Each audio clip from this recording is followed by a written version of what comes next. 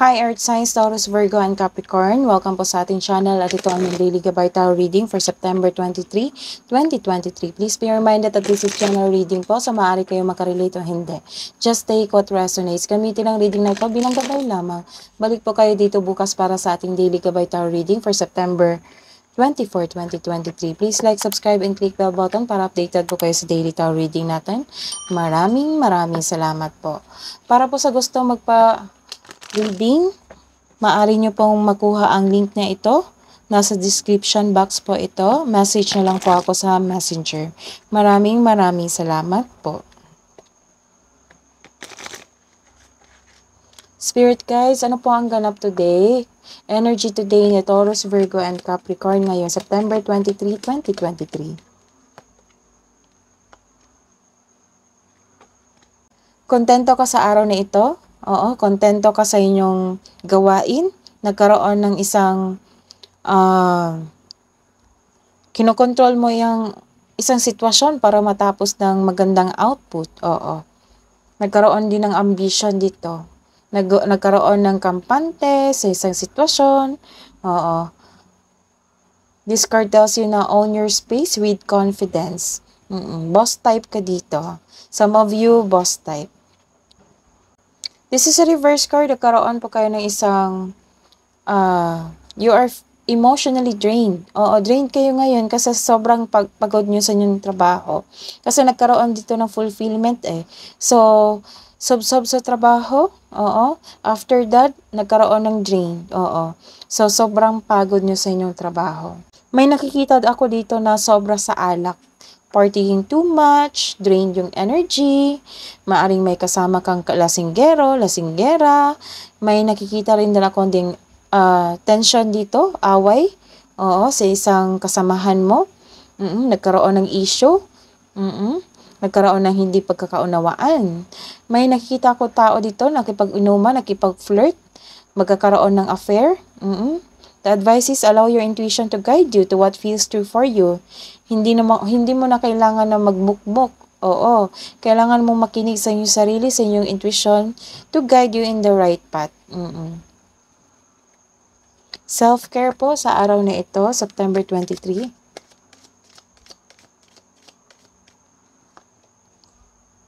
Hydrate.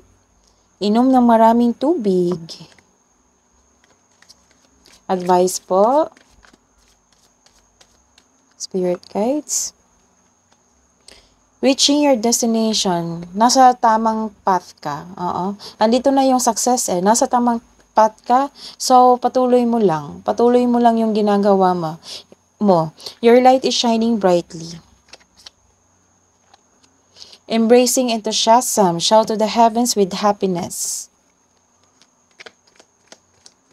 Career and money ni Taurus, Virgo, and Capricorn.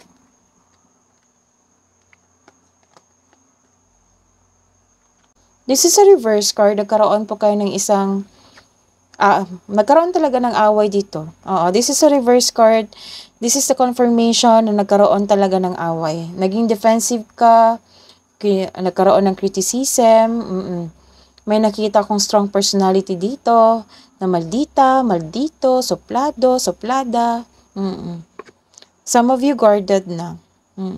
Sobrang nasaktan ka dito sa buhay, karera at kaperahan mo. Sobrang malaki yung intuition, mabigat yung, anong tawag dito? Mabigat yung emosyon. You are decided to let go of your emotion para pumasok ka sa inyong new cycle. So, sa lahat ng mga nag-struggle ngayon sa inyong buhay kaperahan, matatapos na po ito. Matatanggap mo na yung success sa buhay because you are reaching your destination. Nagkaroon ka ng kampante dito. You are confident. Na nagkaroon kasi ng isang magandang output sa inyong gawain. Nagkaroon ng magandang ani. Let's see your love and romance para sa sarili, para sa may relasyon.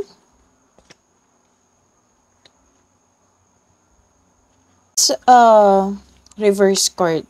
Nagkaroon ng solusyon sa isang away, sa hindi pagkakaroon ng pag-unawan. Meron ka talagang kaaway dito. Marami sila. Nagkaroon kasi ng exaggeration eh. I don't know kung anong klaseng exaggeration to. Or naging exaggerate yung pinagsasabi niya. O kaya nagkaroon ng argument. Malaking argument ito. This is a reverse card. Nagkaroon ng disorganization. Walang pagkakaisa. It might be sa kapamilya mo to, sa kasamahan sa trabaho, sa inyong sarili. You are not confident to yourself kasi nagkaroon ng problema dito. Medyo hindi okay yung sarili nyo ngayon or sa kaparehan nyo. Let's see. Anong iniisip mo? Anong iniisip niya? Spirit guides sa araw na ito, September 23, para kay single. We both know I'm not the one for you. Para sa may relasyon, it was my fault but I blamed you. Ay nako, ano tong klaseng ugali na ito? Single. Love advice po para sa mga single. Turn lemons into lessons. So, sa isang mapait na alaala, gawin mong lesson. Para sa may relasyon. 1111 is an important number for twin flames. It symbolizes harmony and balance of soul counterparts. Kabuang advice po sa araw na ito, September 23.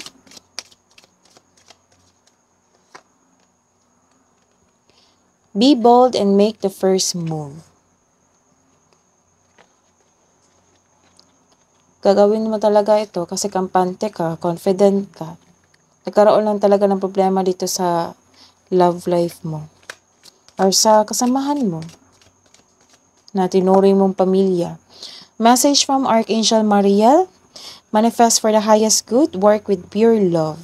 That is your reading today, Earth Signs. Balik po kayo dito bukas. Please like, subscribe, and click bell button for notification para po updated kayo sa daily tarot reading natin.